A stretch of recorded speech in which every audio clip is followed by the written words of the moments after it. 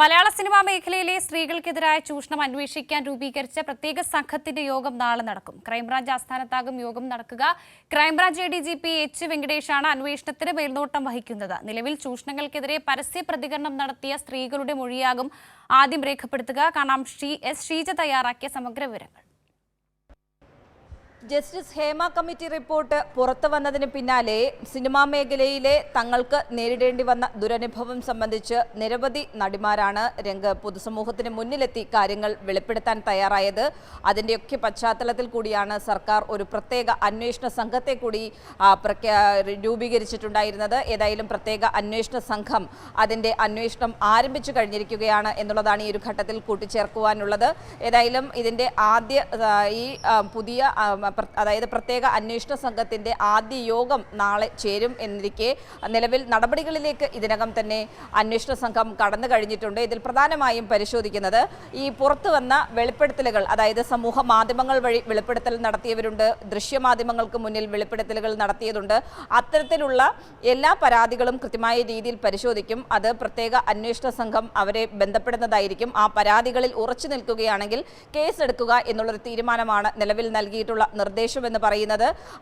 ചിലർ മൊഴിയിൽ ഉറച്ചു നിൽക്കുന്നില്ല, പരാതിയുമായി മുന്നോട്ട് പോകുന്നില്ല എന്നുള്ള നിലപാടുകൾ അറിയിച്ചിട്ടുണ്ട്. ആ ഒരു പശ്ചാത്തലത്തിലാണ് ഏതായാലും പരാതികൾ ലഭിക്കുന്നതിൽ കൃത്യമായ രീതിയിൽ ഉറച്ചു നിൽക്കുന്നു എന്ന് ഈ പരാതിക്കാർ വ്യക്തമാക്കുന്നുണ്ടെങ്കിൽ അവരുടെ കേസുകളിൽ കൃത്യമായ രീതിയിൽ കേസ് രജിസ്റ്റർ ചെയ്ത് മുന്നോട്ട് പോകുക എന്ന് നിർദ്ദേശിച്ചിരിക്കുന്നത്. ഈ പ്രത്യേക അന്വേഷണ സംഘത്തിന് മറ്റൊരു പ്രത്യേകത കൂടിയുണ്ട്. അതായത് 4 IPS വനിതാ ഉദ്യോഗസ്ഥന്മാർ, ഉയർന്ന റാങ്കിലുള്ള വനിതാ ഉദ്യോഗസ്ഥർ കൂടി ഈ പ്രത്യേക അന്വേഷണ സംഘത്തിലുണ്ട്. അതിന് അവർ ആ രീതിയിൽ അന്വേഷണ സംഘം രൂപീകരിക്കാൻ കാരണമെന്ന് പറയുന്നത് ഈ പരാതികളുമായി രംഗത്തെത്തുന്നവർക്ക് പ്രത്യേകിച്ചും അവരുടെ സ്വകാര്യത, അതോടൊപ്പം തന്നെ അവരുടെ സുരക്ഷ, ഈ പറയുന്നത് പോലെ തന്നെ അവർ വെളിപ്പെടുത്തുന്ന കാര്യങ്ങൾ കൂടുതലായി പുറത്തു പോകരുത് എന്നുള്ള അഭിപ്രായമുള്ളവർക്ക് കൂടുതൽ പേർ ഉണ്ട്. അതുകൊണ്ട് തന്നെ ആ രീതിയിൽ അവർക്ക് ഒരു സംരക്ഷണം ഒരുക്കുക എന്നുള്ളത് മുന്നിൽ കണ്ടുകൂടിയാണ് ഈ രീതിയിൽ 4 വനിതാ ഉദ്യോഗസ്ഥരെ കൂടി ഈ അന്വേഷണ സംഘത്തിൽ ഉൾപ്പെടുത്തിയിരിക്കുന്നത്. അതുകൊണ്ട് ഈ വനിതാ ഉദ്യോഗസ്ഥരുടെ നേതൃത്വത്തിൽ തന്നെയായിരിക്കും മൊഴികൾ പ്രധാനമായും എടുക്കുക.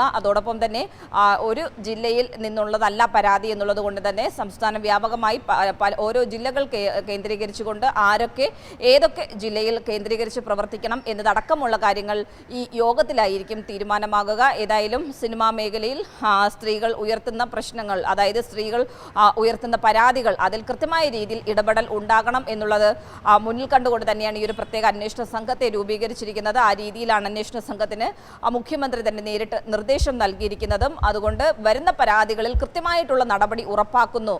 അതുകൂടി അന്വേഷണ സംഘം ഉറപ്പാക്കാനും നിലവിൽ നിർദ്ദേശം നൽകിയിട്ടുണ്ട്. ശരി ഷീജ, മലയാള സിനിമാ മേഖലയിലെ സ്ത്രീകൾക്കെതിരായ ചൂഷണം അന്വേഷിക്കാൻ രൂപീകരിച്ച പ്രത്യേക സംഘത്തിന്റെ യോഗമാണ് നാളെ നടക്കുക. വിവരങ്ങളാണ് ഷീജ നൽകിയത്.